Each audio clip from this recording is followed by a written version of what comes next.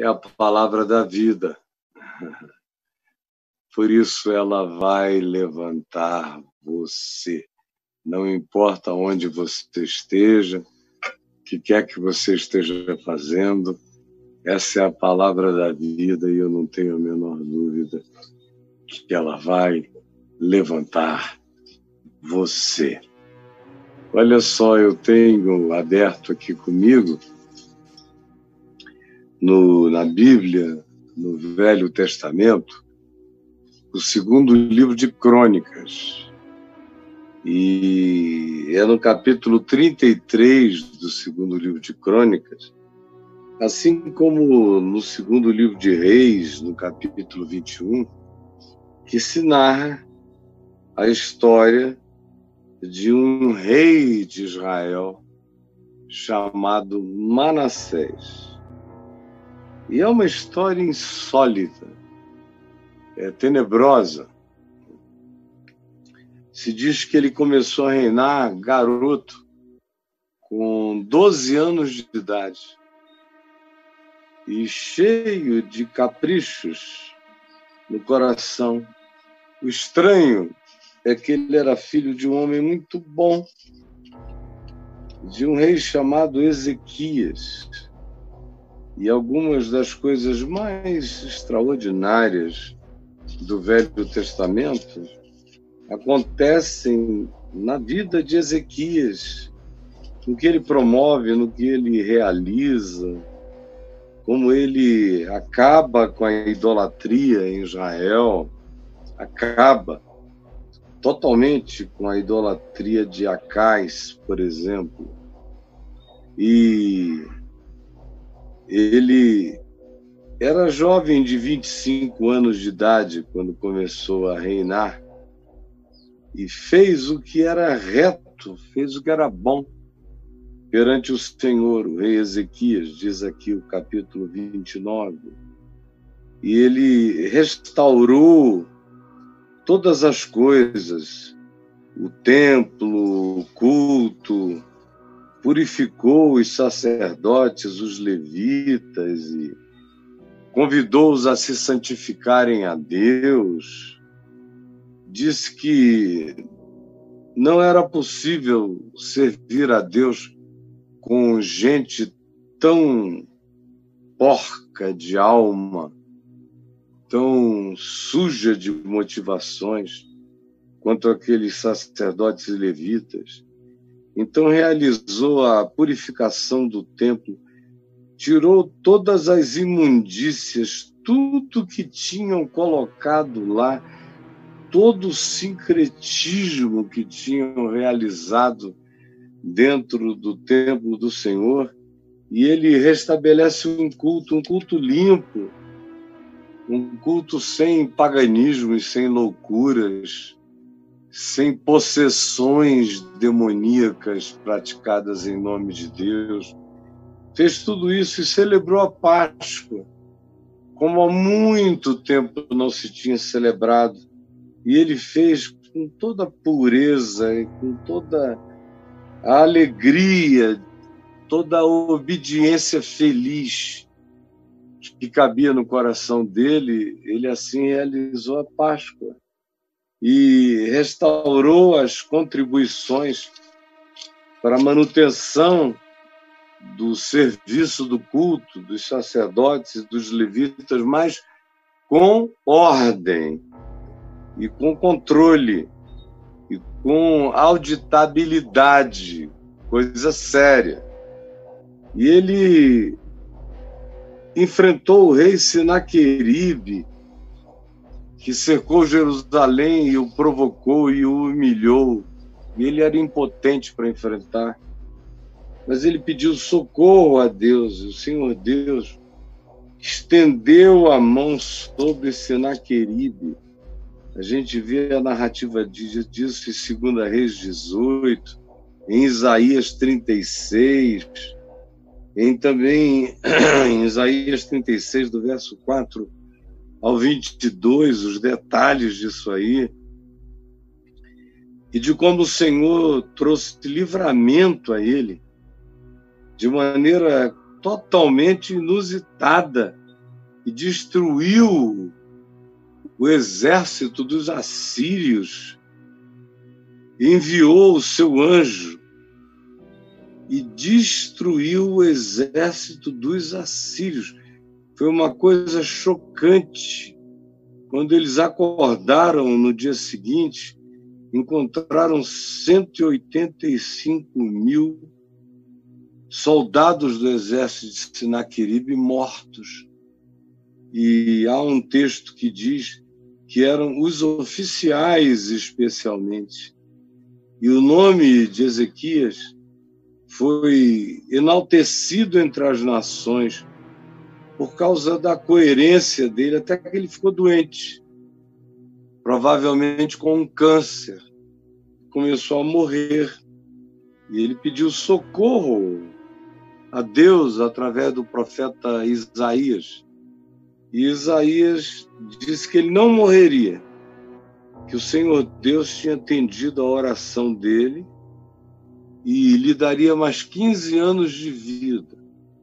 E mandou que ele passasse uma pasta de figo, na doença, na úlcera que já brotava do lado de fora, e ele passou e ficou completamente curado. Mas isso trouxe algo ruim no coração de Ezequias. Ele ficou ensoberbecido, era tanta coisa boa de Deus na vida dele, que o cara deu uma surtadinha, muito de leve. Mas deu sim. E isso desagradou a Deus, porque o que aconteceu foi que ele reuniu os embaixadores e as embaixadas de outros reinos e mostrou a sua glória, as coisas que ele tinha reunido como tesouros. Isso não foi agradável ao Senhor. E depois, todavia, de se cumprir a promessa de Deus e dele ter tido mais 15 anos de vida, ele faleceu. Aí ele já tinha um filho. E a gente pensa que um filho de um cara assim, tendo visto todos os atos bons, todas as fidelidades, todas as seriedades do pai em relação a Deus, em relação ao povo, tendo observado o nível de espiritualidade santa, pura e leve que o pai praticara, com gravidades em relação à prática, mais leveza de espírito diante de Deus, a gente esperaria que o filho que nascesse desse cara fosse um homem, no mínimo, como ele, não é? Mas não foi. Não foi. Nasceu-lhe um filho chamado Manassés. E Manassés tinha 12 anos, 12 aninhos, 12 aninhos. Ainda estava no nível da pedofilia. Quem fizesse mal a ele era pedófilo, para você ver como o rei era uma criança. 12 anos, quando ele começou a reinar, e reinou 55 anos. Foi um tempo longo. Eu tenho 65. O cara ficou viciado em reinar. Reinou 55 anos em Jerusalém. E ele fez o que era mal perante o Senhor, segundo as abominações dos pagãos que o Senhor expulsara de suas possessões diante dos filhos de Israel. Então, tudo que o pai dele tinha derribado, tinha posto no chão, ele levantou outra vez. Você conhece essa história? De determinados filhos que, mesmo tendo tido pais maravilhosos, existem para refazerem tudo que seu pai chamou de ruim, tudo que o pai chamou de maligno, tudo que o pai disse que não era para ser feito, o filho vai e soergue, levanta, ergue as abominações, torna a edificar tudo que o seu pai havia derribado, todos os cultos malignos, todas as invocações perversas que antes de seu pai se fazia, após seu pai foi tudo extinguido, agora vem ele e levanta tudo outra vez. E, além disso, ele se prostra diante de todo o exército dos céus, ou seja, de todos os cultos que se podia conceber, de tudo que se pudesse chamar de Deus ou de poder sobre sua cabeça, a ele se dobrou e edificou altares a essas deidades, a essas divindades que nada eram, corrompeu por inteiro o nome de Deus em Jerusalém, fez o que o seu pai nem tinha encontrado para derribar, ele edificou com muito mais sofisticação cada coisa, cada altar. Aí lá está ele aqui, fazendo coisas ruins, cultuando todos os deuses e fazendo colunas e edificações e altares de culto a essas divindades variadas e diversas. O que quer que se pudesse inventar, ele construía um altar para nele cultuar a tal divindade. E ele fez muito pior do que isso. Ele queimou alguns dos seus filhos. Queimou. Pegou as crianças, amarrou, deitou nos altares consagrados a esses deuses.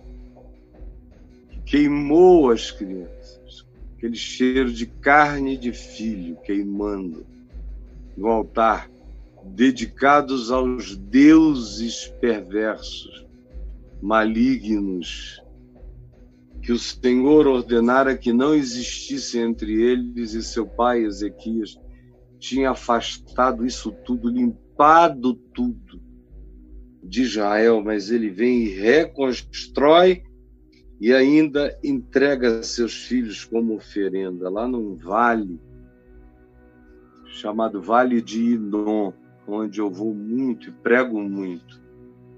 É também um lugar que depois veio a ser conhecido como Inferno. Ge-Inom, Ge é o vale, Vale de Inom, Ge-Inom. Mas as pessoas falavam Geena. Ge-Inom acabou virando Geena, e na tradução do Novo Testamento, da conversa aramaica para a conversa grega, o inferno acabou sendo chamado de Geena, Ge-Inom, que tinha toda essa história de malignidade de Manassés, e era também onde naqueles dias se queimava o lixo da cidade. Então, juntaram-se esses fenômenos malignos e o lugar ganhou o nome de Ge-Inom, que já era o nome original, mas ganhou essa nova conotação. Agora não era Ge-Inom, era Geena, que o povo falava correndo, e Geena virou uma designação de inferno, lugar onde o fogo queimava o lixo de Jerusalém de dia e de noite, onde Manassés tinha também imolado seus filhos.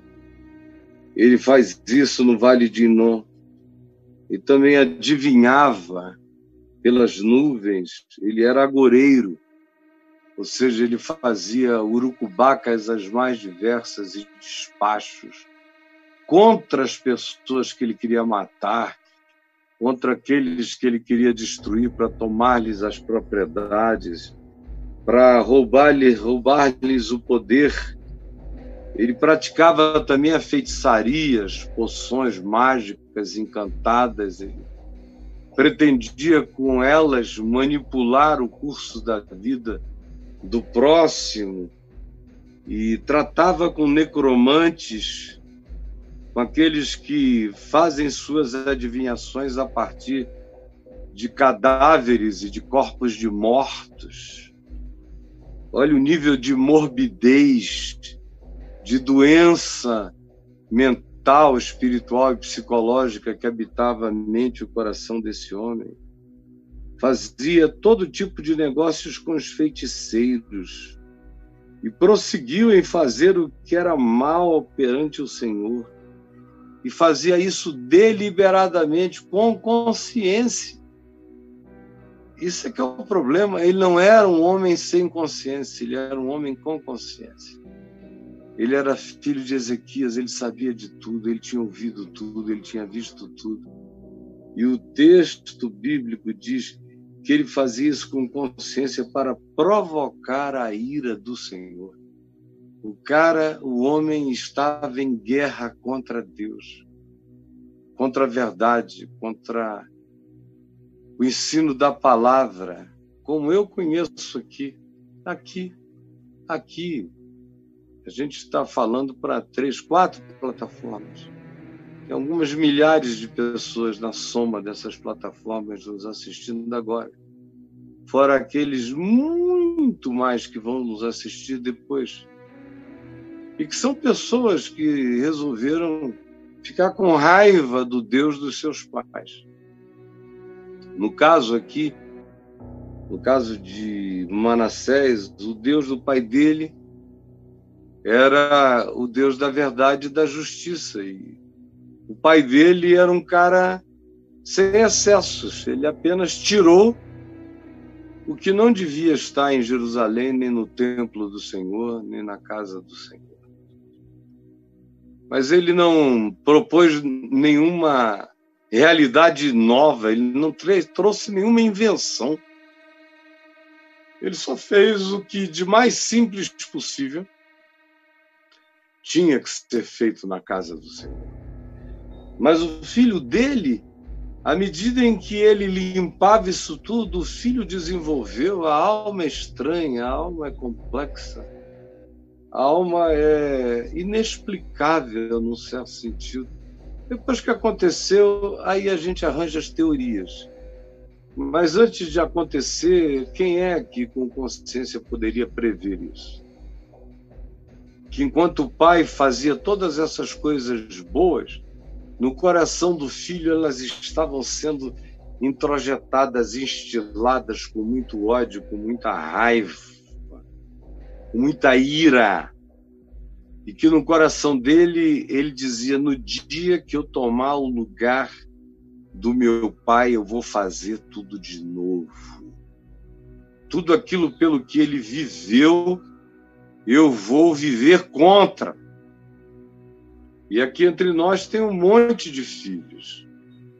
Independentemente do pai ter sido legal, equilibrado, exagerado ou fanático, não interessa. Tem muito filho que decidiu existir contra o pai, contra as crenças do pai. Às vezes, aqui entre nós, particularmente, tem muito pai com crenças fanáticas.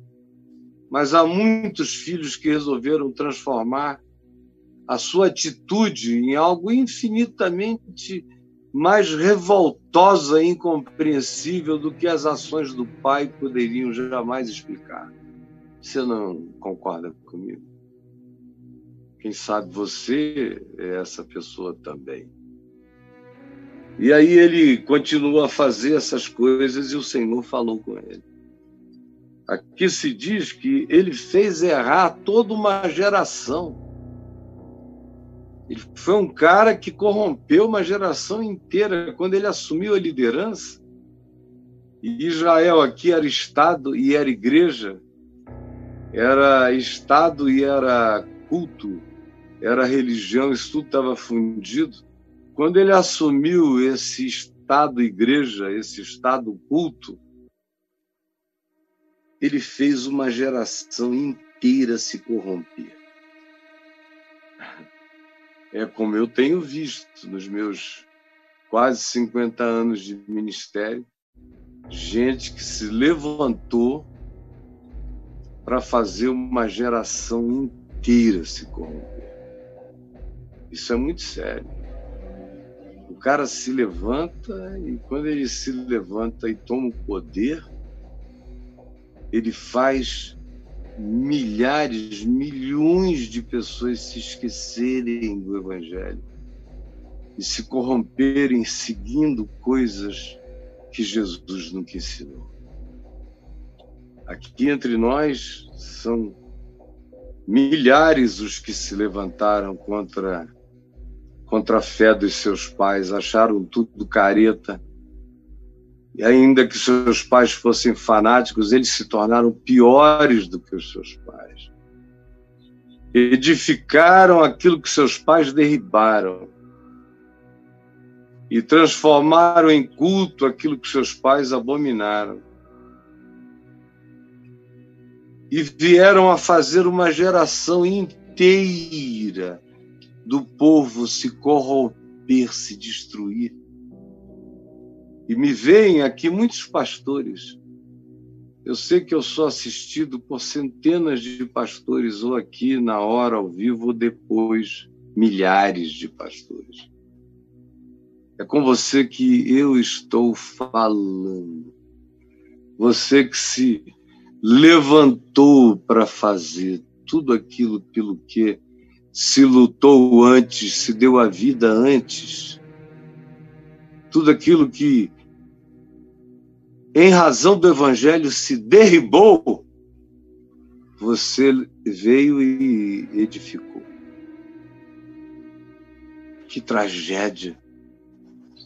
Como você corrompeu milhares de indivíduos e, quem sabe, você é um desses milhares que foram corrompidos e caiu numa alienação tão grande que não sabe nem o que é o Evangelho.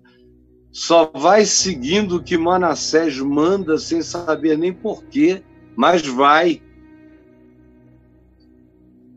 Pelo que o Senhor se irou contra ele.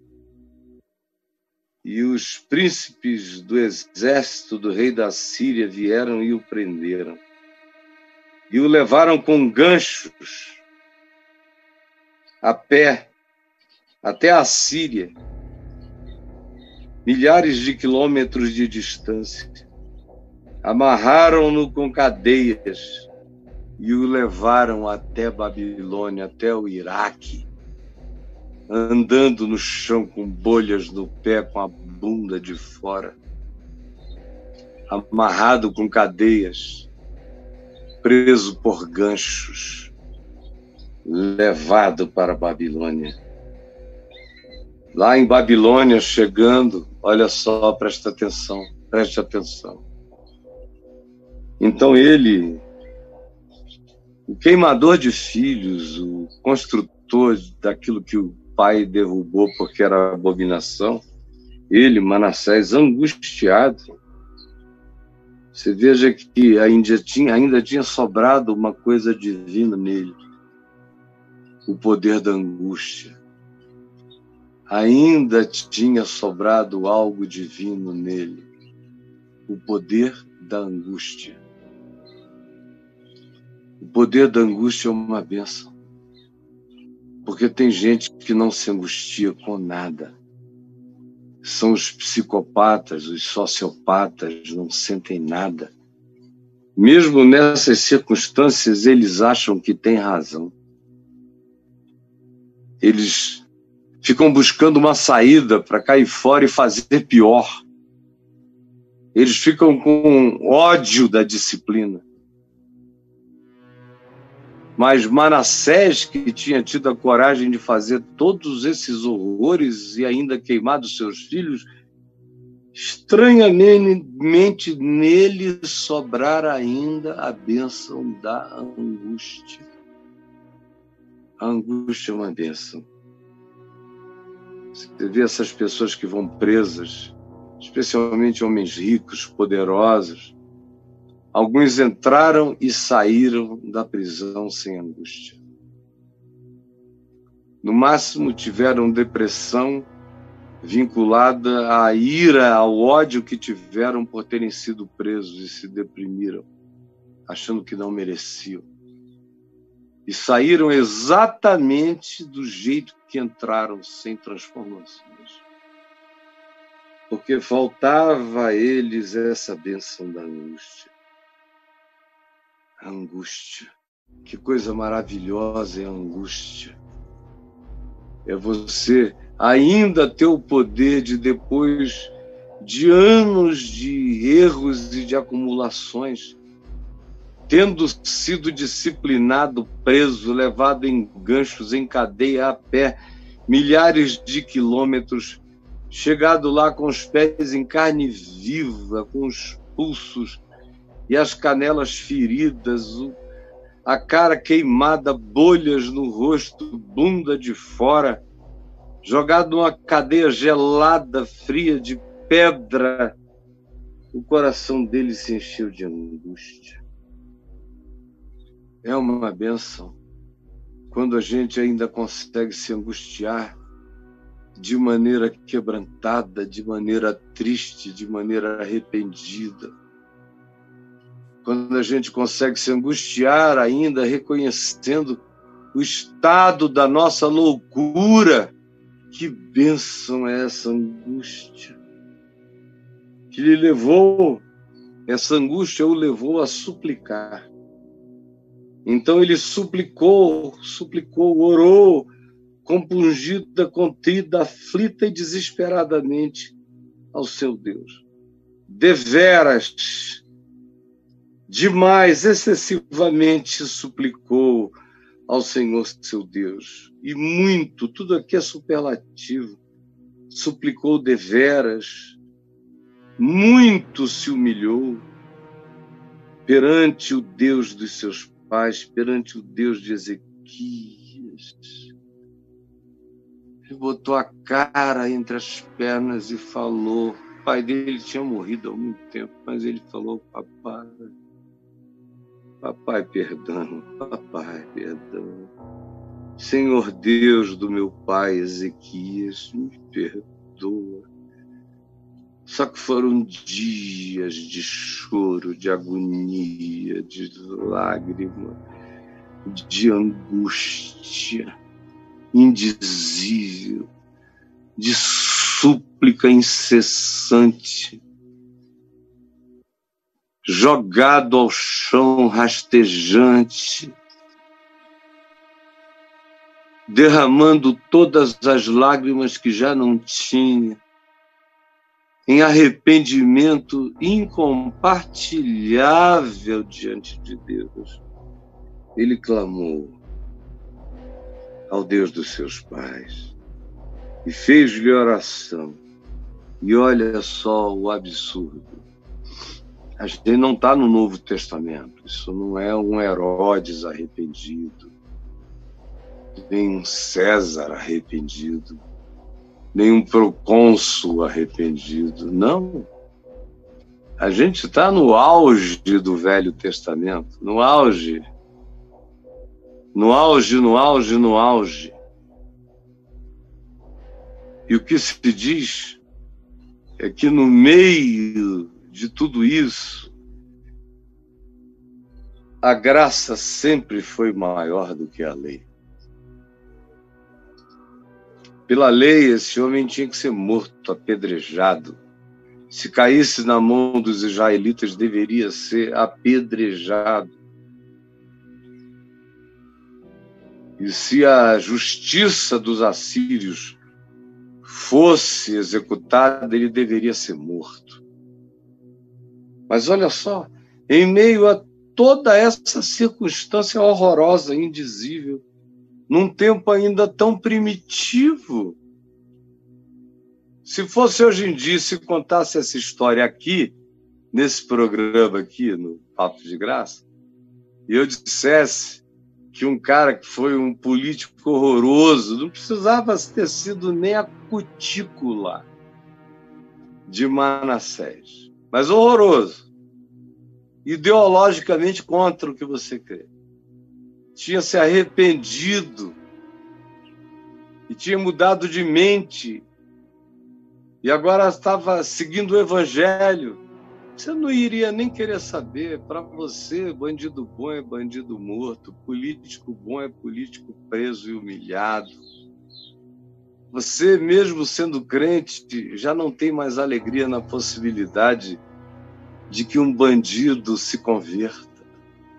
Você nem crê mais nisso, você perdeu a fé.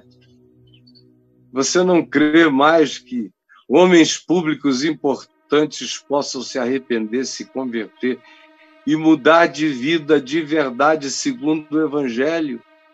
E em relação a cuja mudança, você seja agora forçado a esquecer tudo mais e tratá-lo com toda reverência, respeito, aceitar a sua novidade de vida, apesar de todo o passado ideologicamente feio. Você não consegue mais isso, porque você ficou horrível. Você ficou pior do que Manassés. Admita essa verdade. Mas olha só o que se diz, que ele, angustiado, clamou ao Senhor, tudo isso. Fez oração e Deus, o meu Deus, não sei o seu.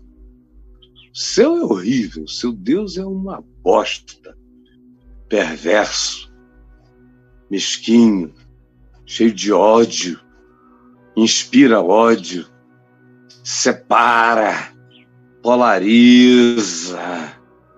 Teu Deus é o diabo, o teu Deus é o Deus da raiva, é o Deus da ira, é o Deus da punição, é o Deus da sentença. É um Deus Jeromine, cheio de raiva, cheio de ódio em nome do Senhor. É o teu Deus. É o teu Deus, eu digo em nome de Jesus. É o teu Deus. O Deus perverso é o teu. O meu Deus, em qualquer tempo, nunca aguentou ver um ser humano quebrantado, angustiado, arrependido, de dia e de noite, com o coração partido e o espírito vergado eternamente diante de Deus. O meu Deus não suporta ver ninguém assim, que ele acolhe, que ele abraça, que ele perdoa, que ele esquece as transgressões. Ele esquece as transgressões. Eu estou falando de Manassés, desse cara que você nunca conheceu, provavelmente ninguém igual. Eu já, até pior. Eu já, e até piores. Mas é desse monstro que a gente está falando. E se diz que o Senhor Deus se tornou favorável, ou seja, favorável significa gracioso, manifestou graça, favor e merecido. Isso aqui, se você não entender o significado de favor e merecido, aqui na vida de Manassés, você não vai entender o significado de graça nunca mais na vida. Nunca mais na vida. Graça, favor imerecido. O Senhor derramou graça para com ele, atendeu-lhe a súplica e o fez voltar para casa.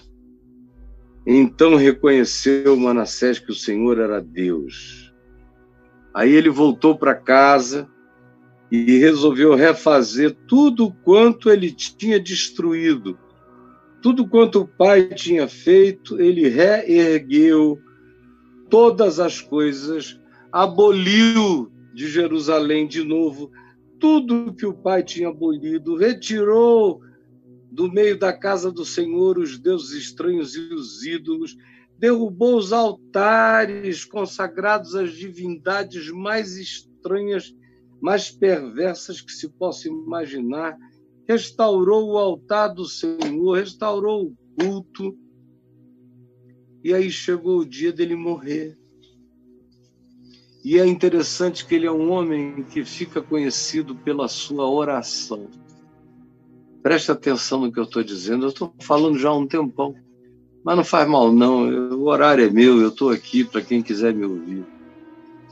Ele fica conhecido pela sua oração. Ezequias também ficou conhecido não pelas obras que fez, mas pela sua oração. Como o Senhor ouviu, como o sol retrocedeu no relógio de Acais, 10 graus, como ele foi poupado daquele câncer, como ele ganhou uma extensão de vida. São pessoas que fizeram obras físicas extraordinárias, mas ficaram conhecidas pela sua oração. Porque quem anda com Deus fica conhecido não pelas coisas grandiosas e materiais que faz, mas fica conhecido pelas suas orações. E o pai dele ficou conhecido pelas suas orações, e agora ele, que é o antipai, também depois de se converter ao espírito do entendimento, do arrependimento, o que se diz é basicamente o seguinte, no verso 18, está aqui, ó. Quanto aos mais atos de Manassés e a sua oração ao seu Deus e as palavras dos profetas que lhe falaram em nome do Senhor, Deus de Israel, eis que tudo isso está na história dos reis, 1 Reis, 2 Reis, você pode ler lá. A sua oração, olha como ele ficou conhecido pela sua oração. A sua oração, e como Deus se tornou gracioso, favorável, derramou graça sobre ele, e também todo o seu pecado que foi perdoado e toda a sua transgressão que foi coberta. E os lugares onde edificou altos e colocou poste-ídolos e imagens de esculturas, antes que se convertesse, que se humilhasse, eis que tudo está escrito por Osai como testemunho para gerações vindouras. Assim, Manassés descansou com seus pais, com Ezequias e todos os seus antepassados, e foi sepultado em sua própria casa, na casa dele. Como eu, se pudesse, gostaria de ser sepultado aqui na minha casa. E Amon, seu filho, reinou em seu lugar. Aí, olha só, você está vendo aqui? Tinha Amon 22 anos de idade quando começou a reinar, e reinou 2 anos em Jerusalém e fez o que era mal perante o Senhor, como fizera Manassés. Ai, ai, ai, ai, ai, ai, ai, ai, ai. Ai, meu Deus, fez tudo de novo como seu pai fizera. Porque Amon fez sacrifício a todas as imagens de escultura que Manassés, seu pai, tinha feito, e as serviu. Não se humilhou perante o Senhor como Manassés, seu pai, se humilhara. Antes, Amon se tornou mais culpável ainda do que seu pai. Ai, ai, ai, ai, ai. Conspiravam contra ele e os seus servos e o mataram em sua casa. Vida curta. Vida curta. Agora você veja, um homem de Deus, Ezequias. Aí tem um filho do diabo, Manassés. Cara, aquilo é um filho do diabo. É um Hitler possível em Jerusalém, há quase 3.000 anos atrás. Aí ele faz tudo que se pode.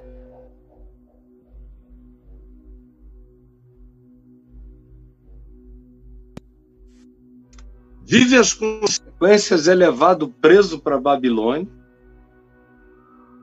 se arrepende, vive e experimenta um quebrantamento extraordinário. E o Senhor derrama graça, favor imerecido, e o leva de volta para sua casa. Isso é inconcebível. E ele chega lá e refaz tudo de bom que ele tinha destruído. as obras do seu pai e arrependidamente constrói o que devia ser feito de bom e destrói o que devia ser afastado de tão ruim.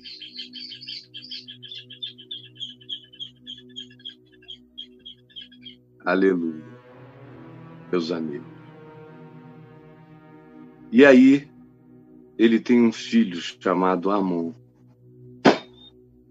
E o filho vem, e é uma coisa horrorosa, ele vem já com aquela vontade de insultar o pai. É uma coisa freudiana nesse sentido. É uma maneira de matar o pai, de liquidar o pai. Essas alternâncias no Velho Testamento são profundamente freudianas, são filhos que nascem para destruir tudo que o pai fez. Querem matar o pai. E aqui vem Amon, que quer matar a segunda parte da vida de Manassés, o fim, que foi bonito e que foi bom. E quer se identificar com o começo da vida do pai, que foi horroroso. Inclusive, 2 irmãos dele tinham sido queimados vivos, mas não faz mal. A alma é inexplicavelmente perversa. Ezequias tinha sido tudo de bom. Manassés foi tudo de mal. Pior do que Ezequias tinha conseguido jamais imaginar. O mal de Manassés ultrapassou os bons, as bondades e os bens praticados por Ezequias. E agora Manassés se converte, muda de vida, morre, mas vem seu filho e resolve refazer tudo de ruim que ele tinha feito. Eu sei que tem gente aqui me vendo, se identificando completamente com a história inteira. Com a história inteira. É a sua história. Profunda identificação. E é sobre isso que eu quero falar, concluindo. Sobre como, se eu sou um pai bom, e se eu sou um pai bom e equilibrado, porque se eu for um pai bom, fanático na minha bondade, eu tenho muita chance de gerar um filho que seja antagônico a mim. Mesmo que eu seja bom, se eu for fanático, o fanatismo se encarrega de fazer meus filhos não quererem ser como eu e, eventualmente, quererem viver uma vida que seja a antivida comparada com a minha. Entendeu? Mas quando eu sou um pai bom, equilibrado, tranquilo, manso, sem exageros, eu tenho uma facilidade enorme, uma possibilidade enorme de gerar filhos como eu. O equilíbrio me dá uma garantia de que provavelmente os meus filhos sejam como eu. É a intensidade exagerada, é o desequilíbrio, é o fanatismo que pode fazer com que os nossos filhos queiram ser aquilo que nós não fomos, ser outras coisas, menos aquilo que nós fomos. A paz, todavia, tende a nos fazer produzir e gerar filhos que se espelhem na nossa tranquilidade. Ezequias foi um homem bom, mas foi um homem que viveu nos extremos da vida. Nos extremos. Não por escolha necessariamente. A maior parte das escolhas dele foram boas. Mas as obras e as realizações dele tiveram que ser extremadas. Você acha que a gente derruba templos pagãos? A quantidade de ódios que você adquire quando você derruba altares perversos dentro de Jerusalém, dentro da sua casa. Vamos entender Jerusalém como a sua casa. Você pensa que você não imanta e não reúne todos os ódios, todas as raivas e interpretações estranhas, inclusive, eventualmente, dentro da sua casa, de gente que diz assim, foi demais, e aí começa a desenvolver um outro tipo de pensamento, e a manifestação disso será o oposto do que eu fui. Isso acontece o tempo todo. Os Ezequias tendem a gerar os Manassés, por mais piedosos que os Ezequias tenham sido. Há algumas ações, mesmo as mais bondosas, provocam o que há de pior, frequentemente no coração de quem está tão perto de nós, que nós jamais imaginaríamos que estava elucubrando o oposto perverso para manifestar aquilo depois. Quem poderia imaginar que um Ezequias iria gerar um Manassés? Quem poderia imaginar que depois de tudo que Manassés aprendeu com a sua própria maldade e de tudo que o levou a se arrepender e a mudar de vida e a indicar um bom caminho, ele iria gerar um filho, Amon, que seria ainda pior do que ele? Como se o arrependimento dele não tivesse provocado nenhuma transformação no coração dos filhos. Você está vivendo essa situação? Você está vivendo? Ezequias fica conhecido por todas as reformas que ele faz, por tudo o que de novo e de bem ele realiza. Manassés fica conhecido por todo o mal que ele pratica. E depois, ele provavelmente, mais do que Davi, seja o homem em relação a quem se manifesta o poder do arrependimento mais do que em relação a ninguém. E a oração dele é repetida como sendo a coisa mais importante da vida dele. Foram as orações que Deus ouviu de quebrantamento. E aí vem Amon e diz, não, eu estou aqui para ser contra meu avô, e eu estou aqui para ser contra a segunda parte da vida do meu pai.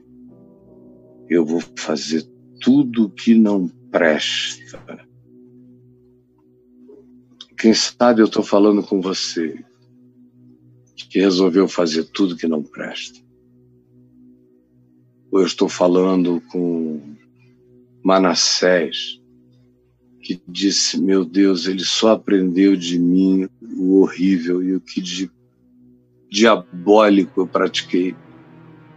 Todos os outros anos de conversão e de mudança, ele não prestou atenção, ele não quis para ele.